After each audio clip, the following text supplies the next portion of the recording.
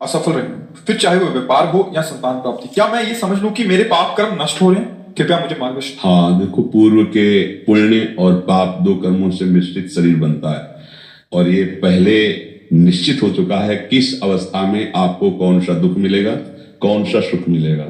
अगर आपके भाग्य में संतान योग नहीं तो आप कुछ भी उपाय कर लो, आप कुछ भी कर लो, सफलता नहीं प्राप्त हो सकती। आपके पाप प्रबल हैं तो आप कुछ भी पुरुषार्थ धन प्राप्ति के लिए करो, वहां आपको हर बार हार सहनी पड़ेगी, हर बार असफलता सहनी पड़ेगी आपको।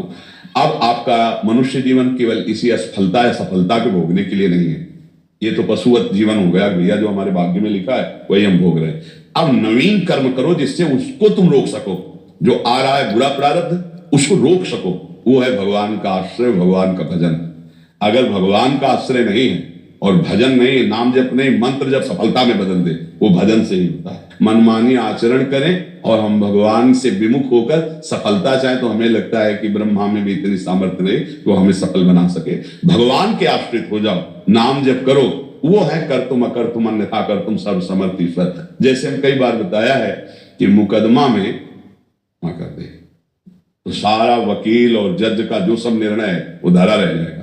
एकमात्र केवल उपाय कि राष्ट्रपति हमारी क्षमा याचना स्वीकार कर ले और वो क्षमा कर दे। ऐसे ही हमारे शुभ और अशुभ कर्म, कानून पक्का है हमारे भगवान का, वहां कोई घूस नहीं चलती और वहां किसी भी प्रकार का धोखा नहीं होता कि भाई वहां किसी गवाही की जरूरत नहीं। वो एक सेकंड में मन के अनुसार जो जो तुमने किया है वो सब पढ़ करके तुरंत एक सेकंड में सबका हिसाब होता है। और वो जो हिसाब हुआ है उसमें कोई धोखेबाजी दगाबाजी नहीं, उसको कोई काट सके। तो जैसे राष्ट्रपति ऐसे भगवान है, राम कहो, शिव कहो, कृष्ण कहो, तत्व एक हैं, उनके नाम हो। अगर भगवान कृपापेभ्यो मोक्षयिष्यामि मा शुचा, तुम मेरी शरण में आ जाओ, मैं तुम्हें समस्त पापों से मुक्त कर दूंगा। वो तो कह रहे हैं ना, आ जाओ। तो आप भगवान का आश्रय ले लो और नाम जप करो। ये नाम जप तुम्हारे पाप प्रवृत्ति अशुभ सबको विध्वंस कर देगा और फिर ऐसी सफलता मिलेगी तो तुम्हें कुछ नहीं मिलेगा। चाहे जहां कह लियो प्यास भी बुझानी है तो 10 रुपया तो होना चाहिए बोतल के लिए, समझ रहे ना।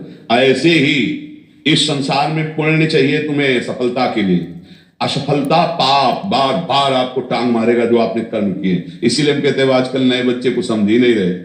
ये जो की दुर्गति, तुम्हारे तन की दुर्गति, तुम्हारे आचरण जो है वो तुम्हें कभी सफल होने नहीं देंगे।